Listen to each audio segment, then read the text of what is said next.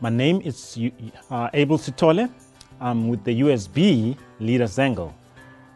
Today, my topic looks at Africa as a business opportunity. Africa is a very big place, often thought of as a dark place, a hopeless place, and more recently as the rising place. What is often missed is the fact that Africa comprises 54 countries which are very, very different and very, very diverse, which offers opportunities for businesses in South Africa and business somewhere elsewhere on the continent to do business in. Now, before I get started with the talk, I want you to do me a favor. It's to think about Africa and think about what is your image of Africa. When you think about Africa, do you think of Charlize Theron and Lupita Nyong'o? Do you think about Chinua Achebe, Ngungi wa Thiong'o, Nadine Gordimer, and J.M. Coetzee? Do you think about Ladysmith Black Mambazo? Do you think about Nelson Mandela? Do you think about Robert Mugabe? Do you think about MTN? Do you think about S.A.B. Miller? Do you think about a creepy crawly? And the fact that everywhere where there is a pool, there's a contraption that is a copy of a creepy crawly. When you think about peace, who do you think about? F.W. de Klerk? Do you think about Nelson Mandela? I want you to now write, and you must write it down. There are two Africans, could be the ones that I've talked about, but any two Africans that are extremely close to you, that you know very, very well. Now, how many of you have written your own name? Remember what I asked you. Which two Africans do you know very, very well? In our conception, in our image of what Africa is, we're not in it. Now we're going to talk more seriously. The top statement is one that you've seen before. Africa, the hopeless continent. All we think about is about disadvantage. We think about poverty, we think about disease, we think about a military coup, Salva Kiir in South Sudan, the current conflict in Central African Republic, the conflict in Nigeria with Boko Haram. And of course, the other flip side, which is now becoming much more popular, is Africa Rising. The title comes from the same source, the Economist. It's an Africa of growth. Yes, it is driven by rising commodities, but we say it's driven by other things, for instance, the private sector, which I presume most of you are coming from. Then, of course, there is a fact that what we think about as all those things, military coups, dictatorship, the truth of the matter is Africa, in terms of governance, is improving. Africa is an interesting place. Africa is the world's second largest and second most populous continent. It's about 1 billion people, as the title of my talk has kind of indicated. It occupies an area which is more than 20% of the total land mass of the earth. And of course, there are 15% of us out there. Now, when we think about Africa, of course, the way we like to think about it is the Africa which was, in a sense, a product of the scramble for Africa. The fact that pretty much every country in Europe, that's why I told you, by the way, if you look at Africa and you're talking about Africa's relationship to Europe, most of Europe actually is in Africa already, simply because that they all came here.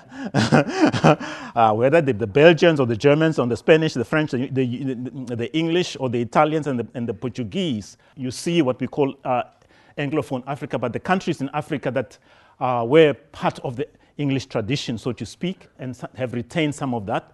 But all of Africa, the way we think of it, is Africa's relationship with the rest of the world. Then, of course, when you think about the whole challenge of governance, of rule, most of the way we think about Africa, when we take the time to conceptualize in it, we also think about the fact that governance has been not so good since independence. The number of coups, military dictatorships. Yes, there is a conflict happening in the Central African Republic right now. Yes, there is a conflict in the South Sudan. Yes, there's the conflict in Nigeria. What about Somalia? What about, give me a name, Kenya. Give me a name. There are 54 countries, by the way, so you should be able to give me names. I mean, what it tells you is how little we actually know of Africa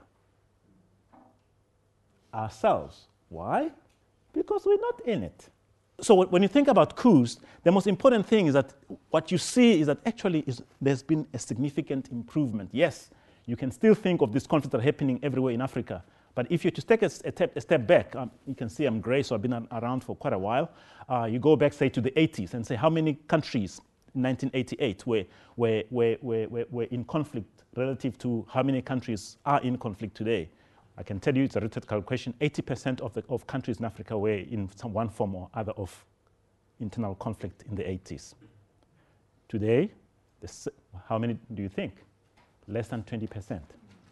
If you think of Africa as diverse as it is, it should be an incredible place to do business in.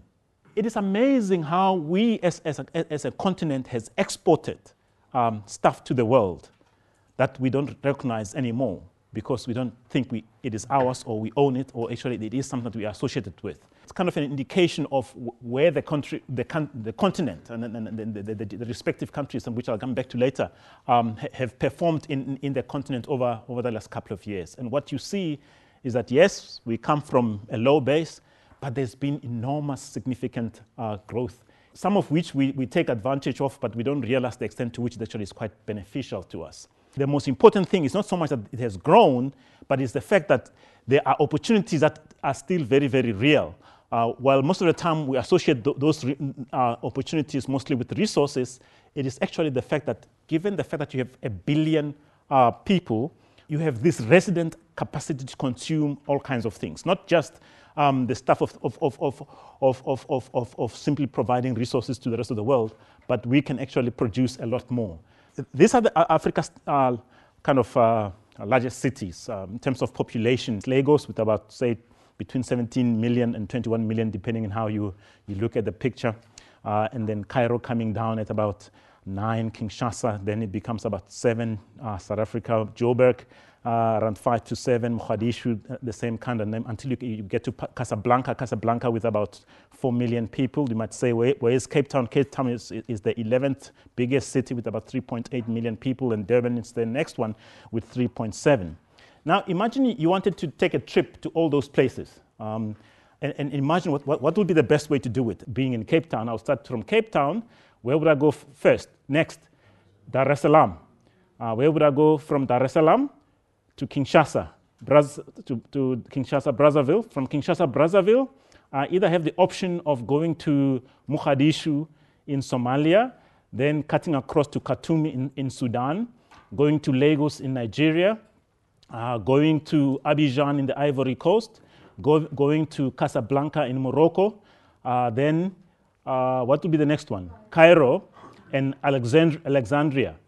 That's how I'll have to go. Why don't you take a ship from Somalia, go to Dar es Salaam, go to Joburg, go to Kinshasa, Brazzaville, go to Lagos, Nigeria, go around to Casablanca, and then go to Egypt somehow, and then go from Egypt to Sudan to Khartoum.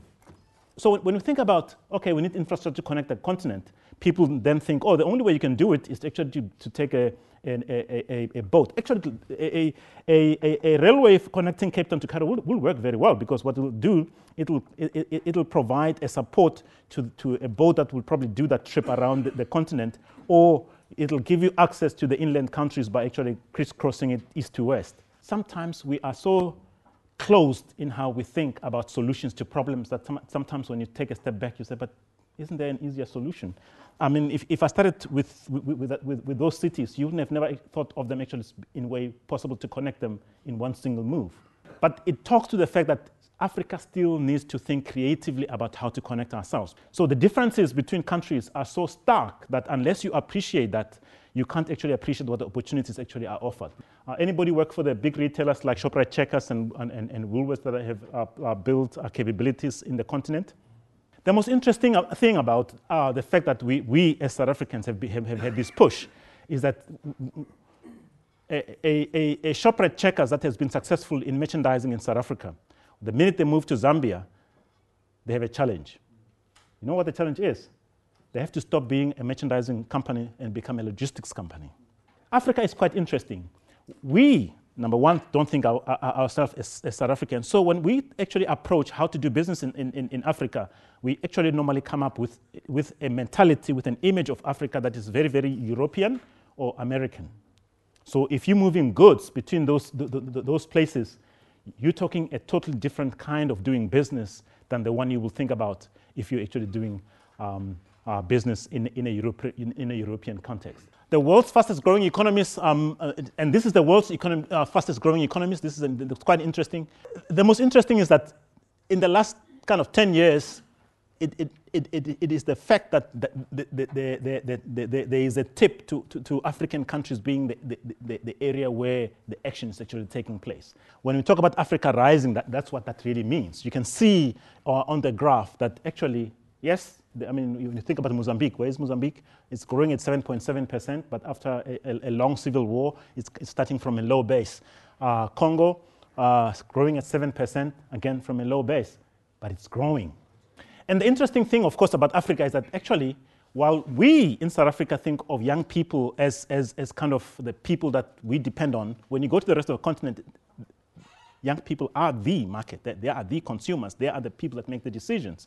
The average age of people in Africa is just about 19, 20, thereabouts. And it is interesting to see how the average age of some of the countries actually is. You look at countries like Uganda, you have the average age is 15 years old. You go there and you don't see old people. They're just not there.